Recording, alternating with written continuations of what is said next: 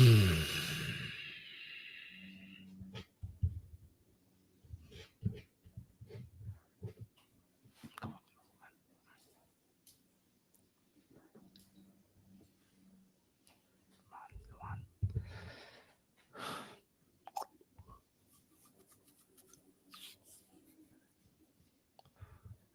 the heck?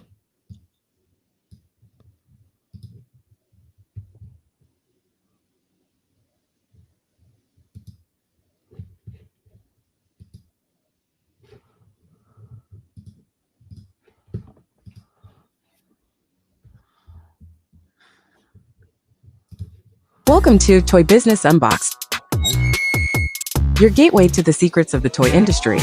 Here, Hsieh, a toy entrepreneur and expert in the field.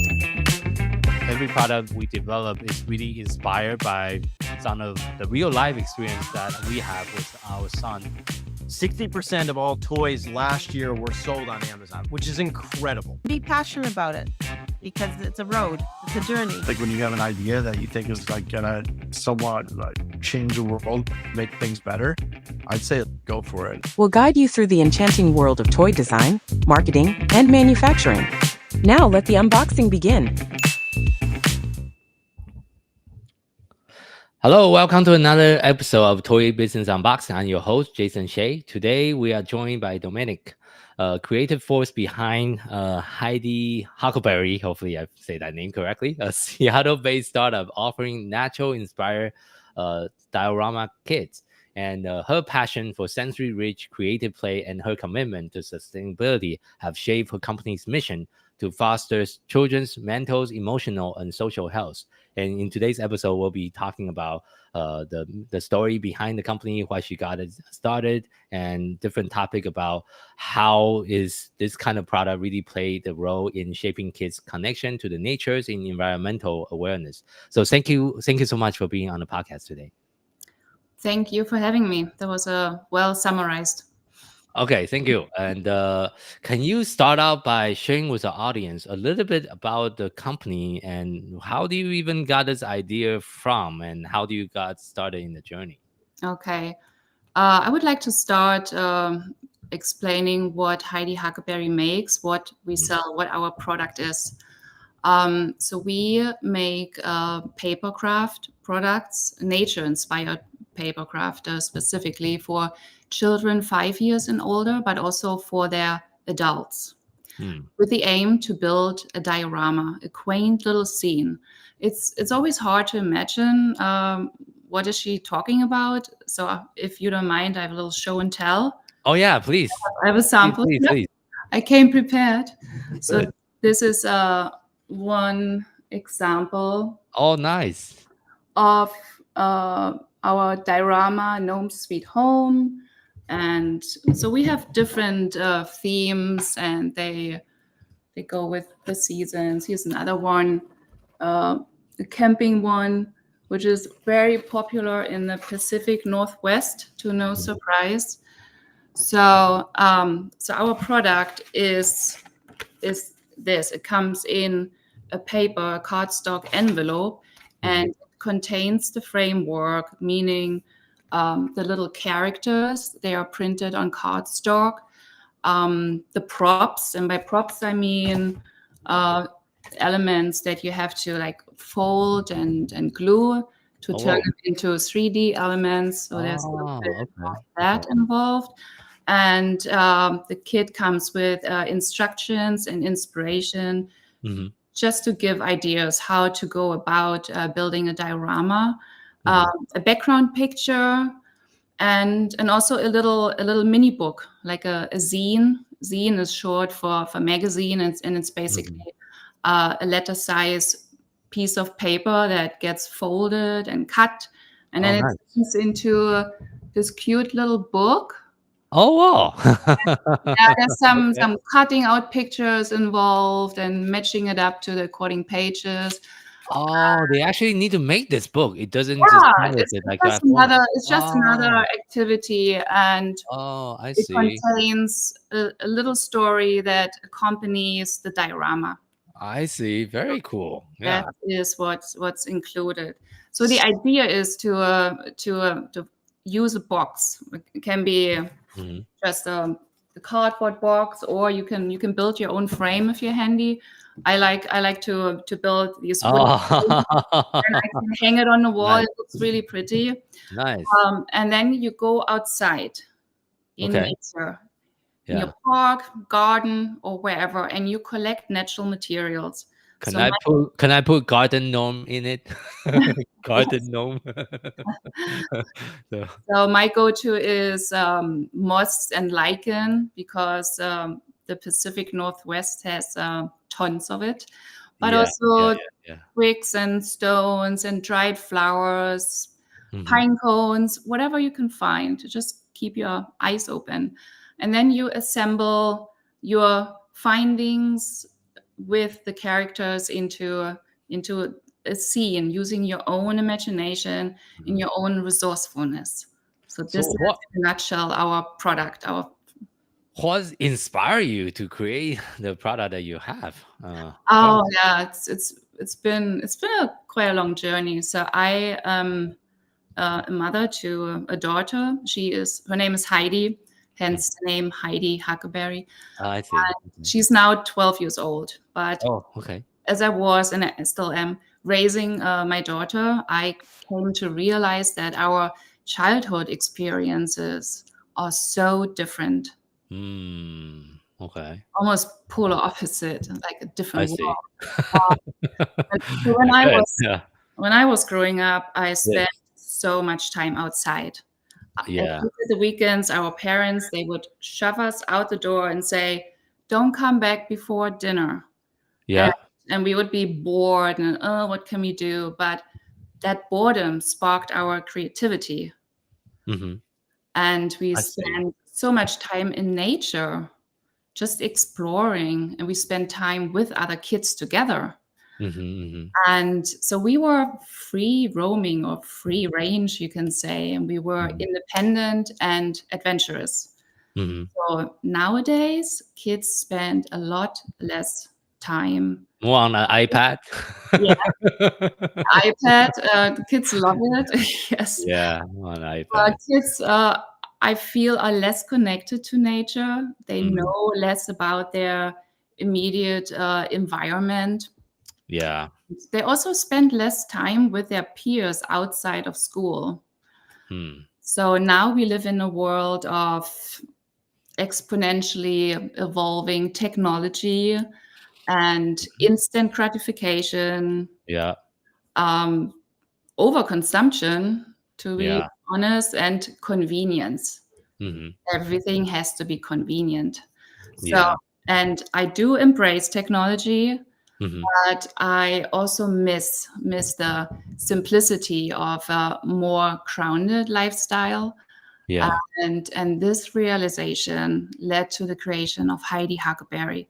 'Cause I was drawing those scenes that are my fondest childhood memories, like climbing on a tree, picking apples, just being outside, exploring, and then it turned into a diorama. That is my Yeah. way of like hanging on to my past, that I see. and I want my daughter to have that too, that feeling of Yeah. freedom and nature. There's so many positive things that come with it.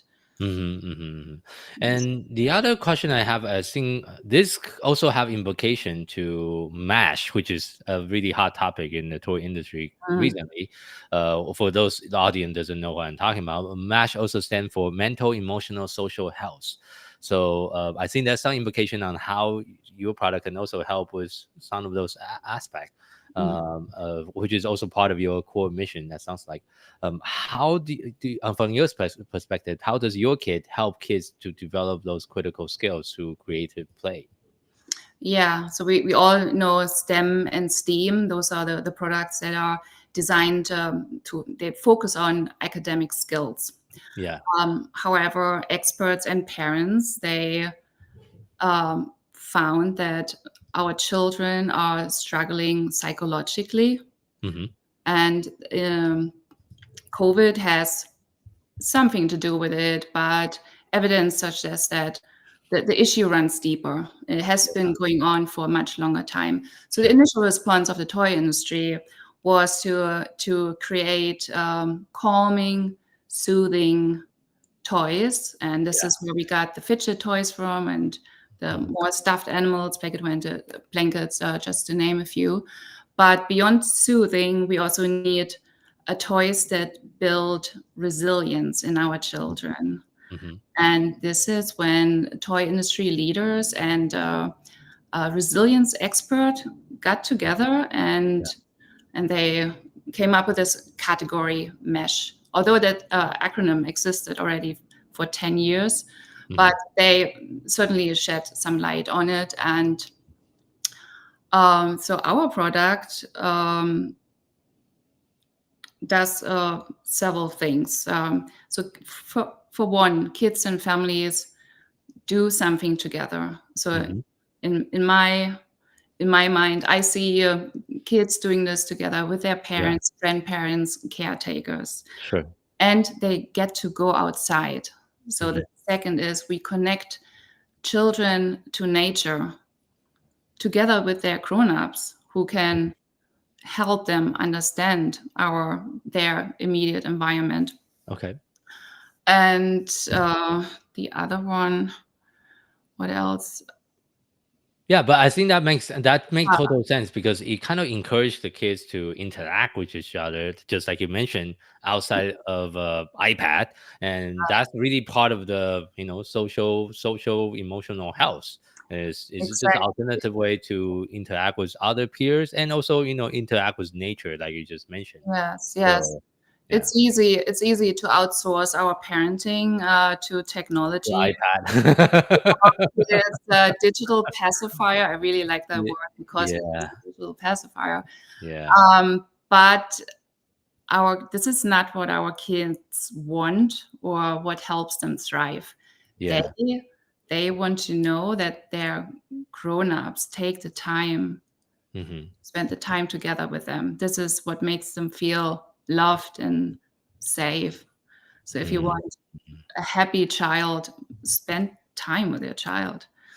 And the other thing about our product is that it leaves room for your own creativity. So you can give this kit to 10 different children, and they will come up with 10 slightly different versions of the diorama. Depending on what materials they find, how resourceful they are, how creative they are. And I feel that is also very important in a world where a lot of products are designed to be almost as easy as possible and to not use your own imagination so much. That's true. I mean, I guess there's also an interactive part, because it's almost like a group exercise, because like the box, like the parent need to help find, and if you want to put it in the box, well, you can always use the Amazon box. There's a lot of Amazon box. That was my thinking. Everybody has Amazon box, yeah.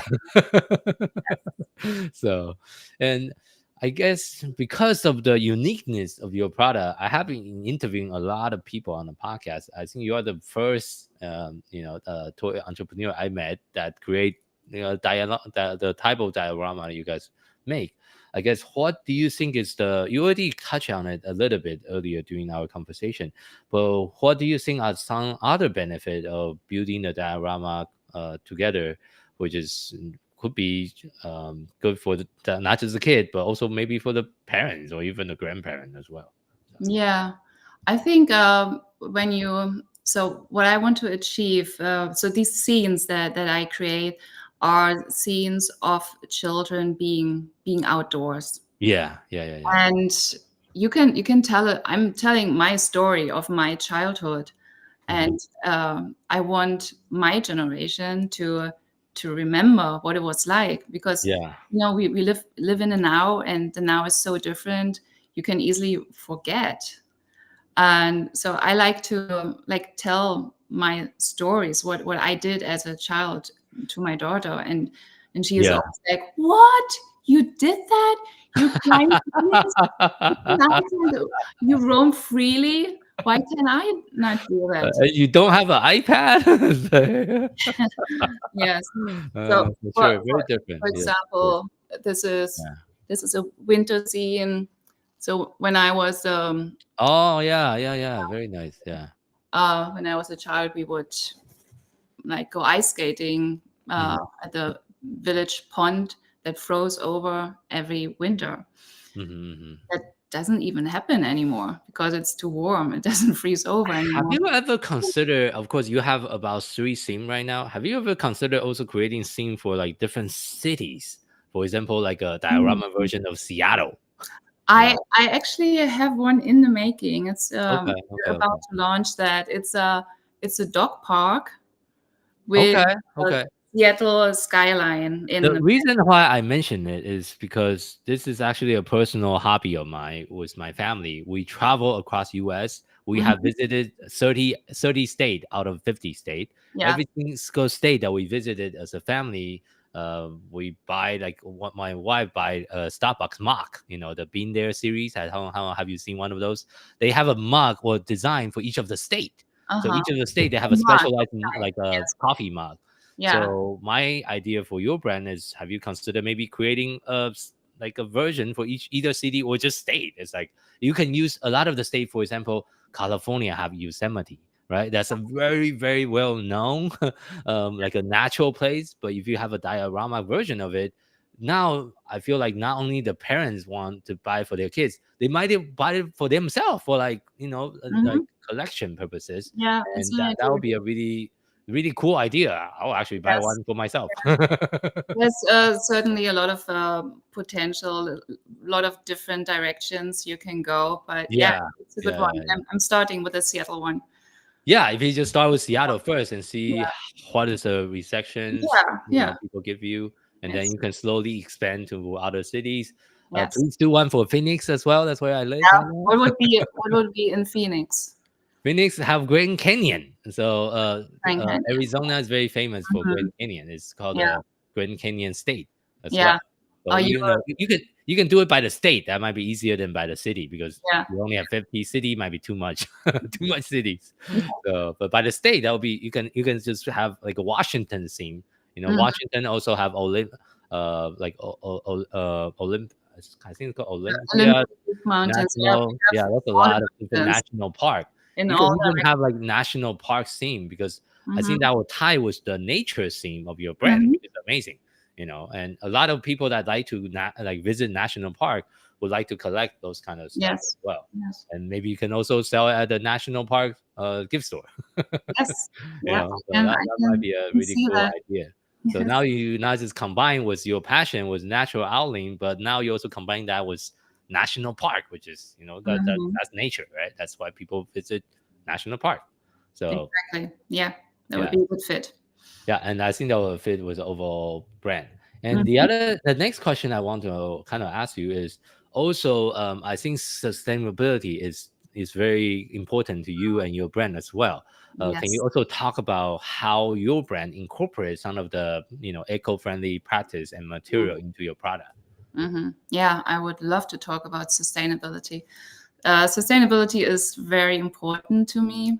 Hmm. And yeah, so 90% of all toys are made from plastic. And a lot Yeah. of the toys, they have a really short life cycle because Mm. it's a trend or Yeah. quality is inferior.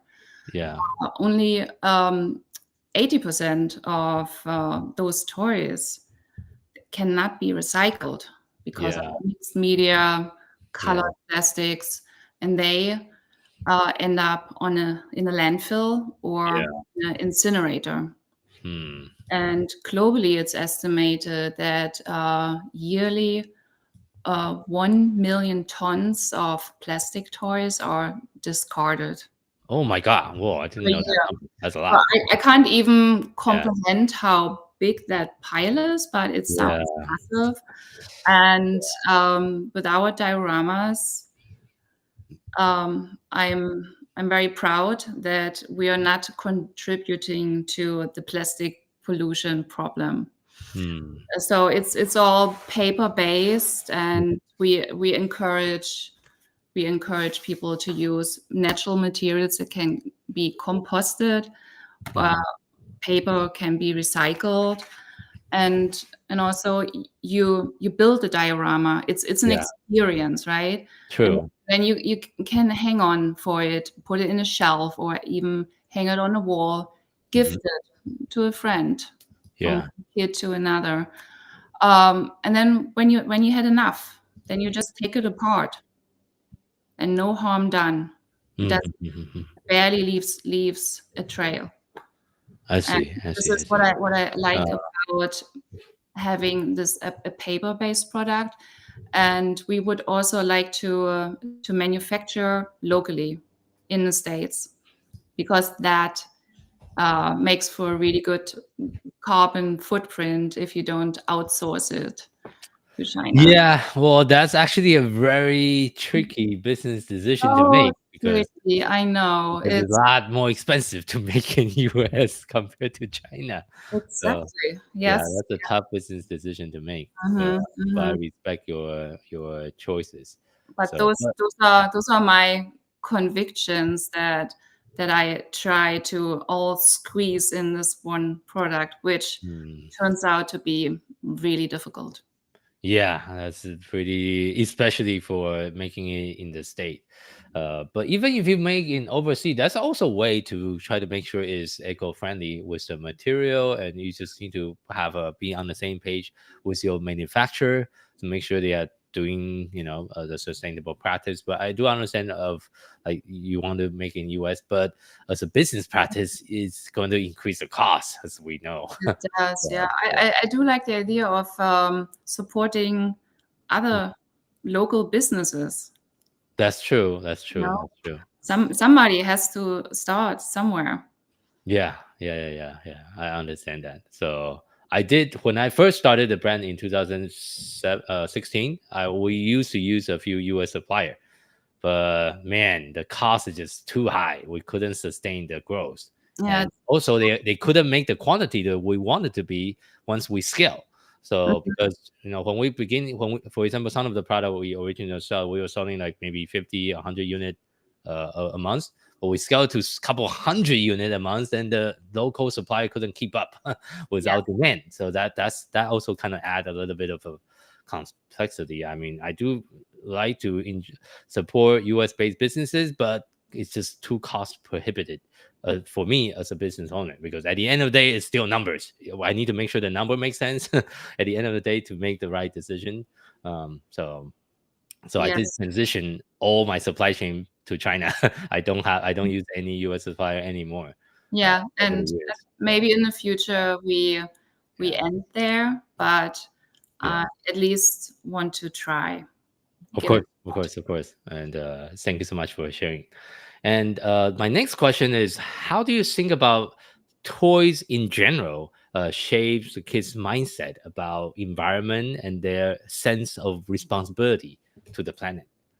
Yeah. Um, yeah. So part of Heidi Huckleberry's mission is to raise awareness Hmm. for the parents. Yeah, What kind of toys are not good for my children? What is good for my Mhm. children? Yeah. What materials? What effect does it have on our environment? So there Yeah, is that, and I also want to teach kids about nature, bring them a little closer, because there is a disconnect between nature and children nowadays. hmm, Because the more they know, the more they understand their ecosystems, the more likely they are to protect it. yeah. Yes. Hmm.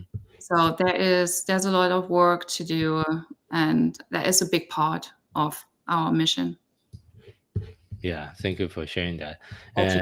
And as a startup company, what challenge have you faced in staying true to your mission of Oh, supporting kids in today's digital landscape? yeah. Well, as we briefly already talked about it. It's really hard to want to do all the right things. Yeah. The local production, Mhm. the good materials. It is hard because buyers, they compare our product to a product that was mass produced in China. Yeah. So we are noticing that. So we're kind of relying on the people who Have have a big space in their heart for local businesses, for small businesses, and Yeah. for businesses with emission. Have you considered like going after homeschool parent? Going after homeschool parents. Yeah. Yeah. Like marketing to specifically for homeschool Yes. parenting, because they could be part of their homeschool curriculum. It's a little bit harder for school to implement that kind of, item, like the type of product you have into the Yes. regular school curriculum. But for homeschool parent, they have a lot more flexibility and say, oh, today we're going to learn about nature. We're going to make this diorama outside. That's today's Yes. lesson.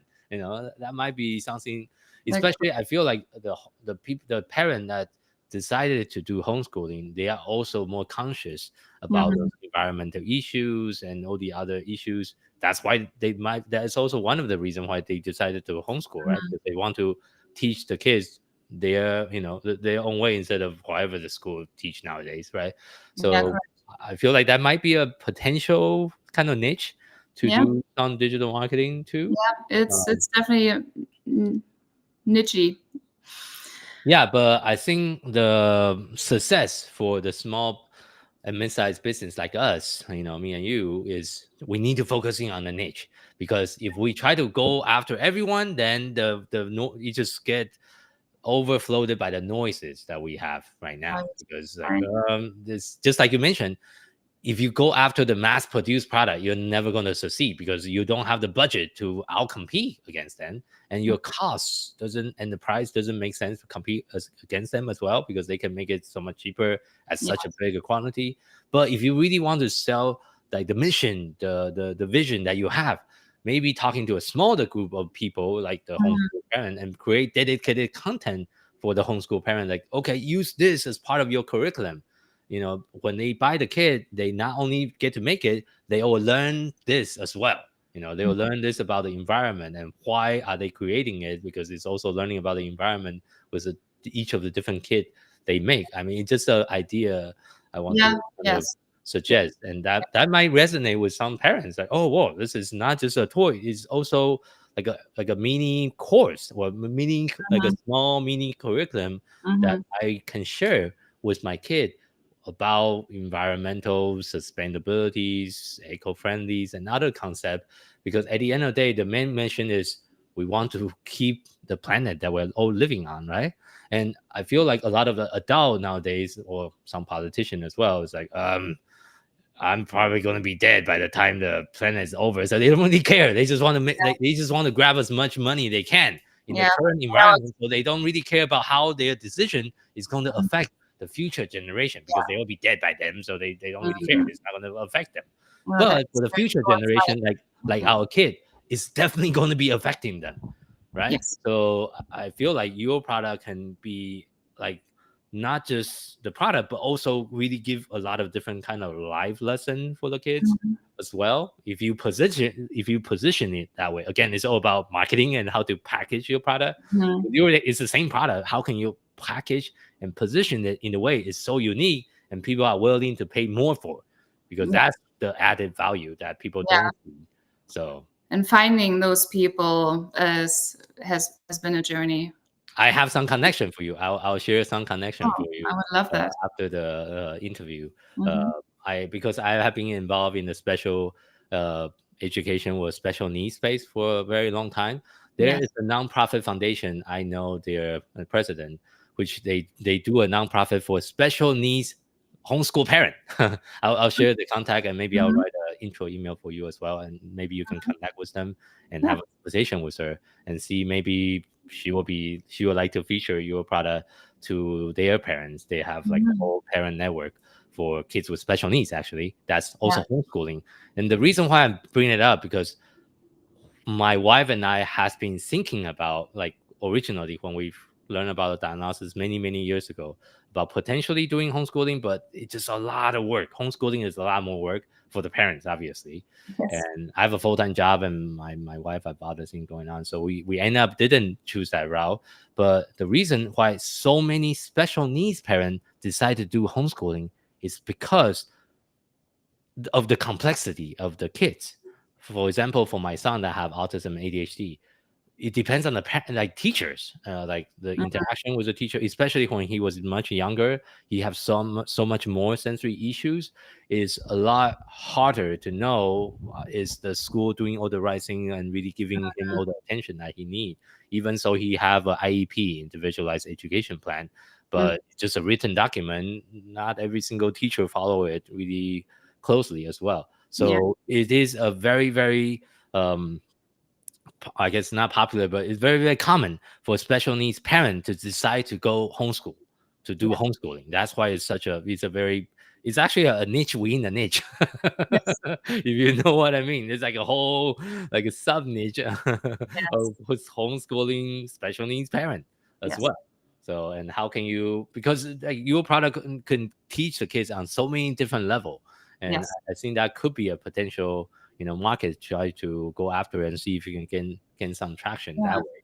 So, but you don't know until you try, and then just like everything else we do in Yes. business is Yeah. about brain. And we learn so many things as we go. Yeah, for Well, sure. yeah, I don't want to I don't want to miss mentioning my business partner. So Heidi Huckleberry is not just myself, Yes. but my friend and business partner Jacqueline.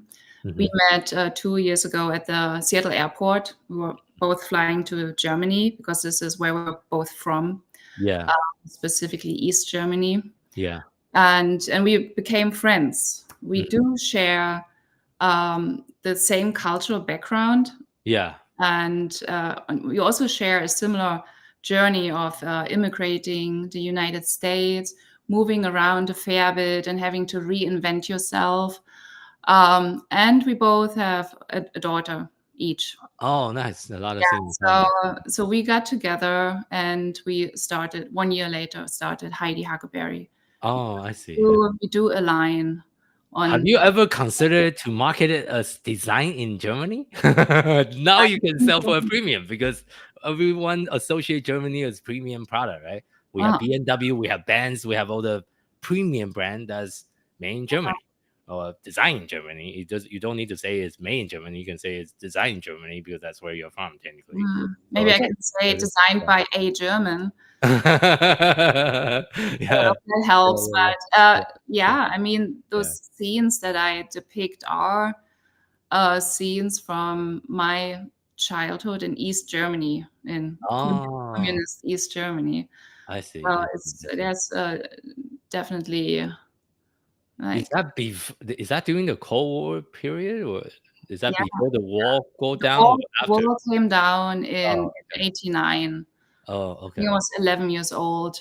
So I experienced communism as a child Oh, okay, and okay.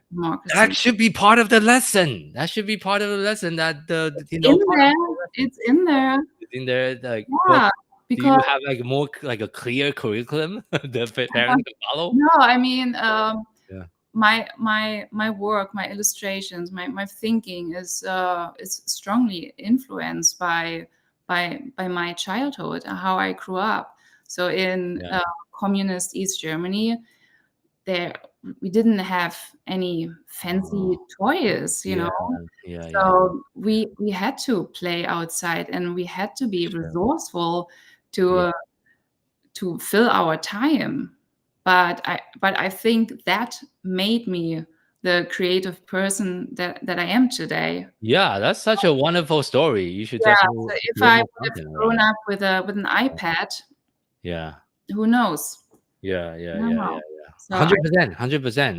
That's part of your origin story. So you should definitely share more about that more in everywhere on social yes, media, all the different marketing channels. You should okay, definitely I will highlight that work story. too hard. Yeah. Because people can resonate to that. It's like, oh, whoa, Mhm. that's where, I mean, that makes sense now. It makes more sense to me just by Mhm. hearing that story. So okay, now Yeah. everything is kind of connected. So that's why it kind of looks the way it is as well. Mhm.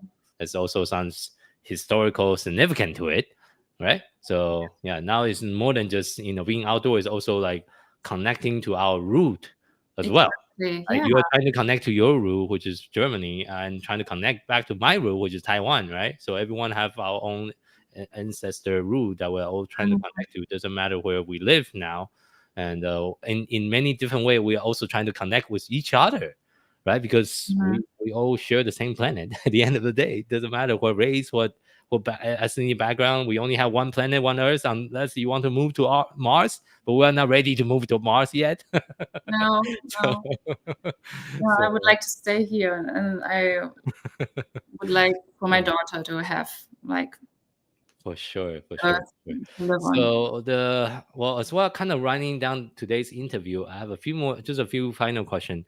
What is your thought on the state of the toy industry when it comes to sustainability, and where do you think there's some room for the industry to do better job on? Yeah, as I already mentioned, there's a lot of plastic Yeah, yeah, in the plastic, toy industry, yeah, and sometimes we just make things more complicated than they have to be. that's true. Uh, That's true. That's like true. going outside, Yeah. being in nature, Mm. taking in fresh air, being Mhm. together with your grown-ups, does so many good things for your child. Yeah, yeah, Yeah. yeah. The Agree. movement, the physical activity alone. Yeah. And I think there is room to Mhm. expand in this direction. Mm, I see. Yeah, yeah, yeah. I did interview another company that specializes in eco-friendly packaging as well for Yes. that Yeah. potentially could be I used would for the. love to do all these things. I wanna use eco-friendly ink to print my designs and eco-friendly everything. We'll see. I'll try my best. For Yes. sure. So the final question I have for all the guests actually on the show is, if you had to share just one piece of advice with someone that's getting started in the toy industry, what would that be? Mhm. My advice is don't do it alone Hmm. and Okay. ask for help. Ask for help. Yes. So running a business, you have to wear so many hats. Yeah. And my business partner and I, so we're a two-woman team. Yeah. We're sharing the hats. Yeah. I also focus on the illustration, on the art itself, Yeah. and Jacqueline does media and thousand other things. So Yeah. Yeah. it's just I believe it's. I mean, some people can pull it off, but my advice is have a business partner, or a friend, Yeah. to bounce ideas. I agree. I wouldn't able to run the business I run right now without my sister, and she's a Yes, really critical part of our growth as a company. yes. So I I'm more of a crazy visionary. I always come up with yeah, crazy ideas, and then she kind of put me in check, and she also helped to implement some of the crazy idea yes, I come up with. yeah, So yeah, yeah. so that's And very also important. ask for help. Mhm. I think there are a lot of like people and non-profit organizations that are more than happy to help small businesses thrive, Yeah, yeah, yeah, yeah, because small businesses are not doing so well in the yeah. States. It's not easy. And Yeah. yeah, Yeah, but for a shameless plug, here at Toy Launch, we do provide a lot of free content and free education for the toy entrepreneurs, including the podcast that we're on right now, and also all the webinar that we do on a monthly basis, trying to educate people in the industry, either new or they have been there in a while, but they just, they don't know what they are doing when it comes to digital marketing. So yeah, that's what great. I'm really passionate about. How can Thank we you for that. use the power of digital marketing to really share and spread our mission with the potential customer that we want to also touch and change their life. Yes. So So thank you so much on the for having and joining us on the podcast. Where can people find you online? Online, we are online under HeidiHuckleberry.com. We have a website where you can see our current designs, and we are trying our best to be active on social media. So we have Instagram and Facebook accounts, Pinterest, and all Okay. that under Heidi Huckleberry World. Hmm. It's long. It's one word, Heidi Huckleberry World. So we do host crafternoons. We have an event this Saturday with Oh, really? REI. Nice. A small collaboration with REI Okay. where we craft with kids together. That is Oh, always nice. it's always Okay.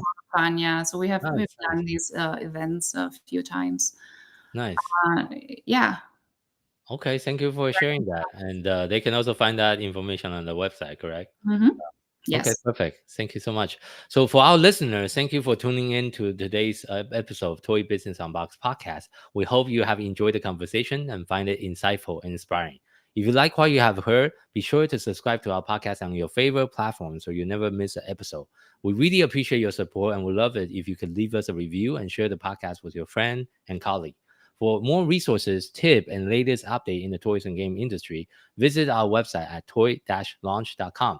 Join the conversation and connect with us on social media using hashtag Toy Business Unboxed. We'd love to hear your feedback and suggestion for future episodes. Until next time, keep innovating, keep creating, keep bringing joys to toys. This is Jason Hsieh signing off on Toy Business Unboxed, and I'll see you in the next episode. Thank you, everyone. Thanks for having us. Very Thank much you. appreciated.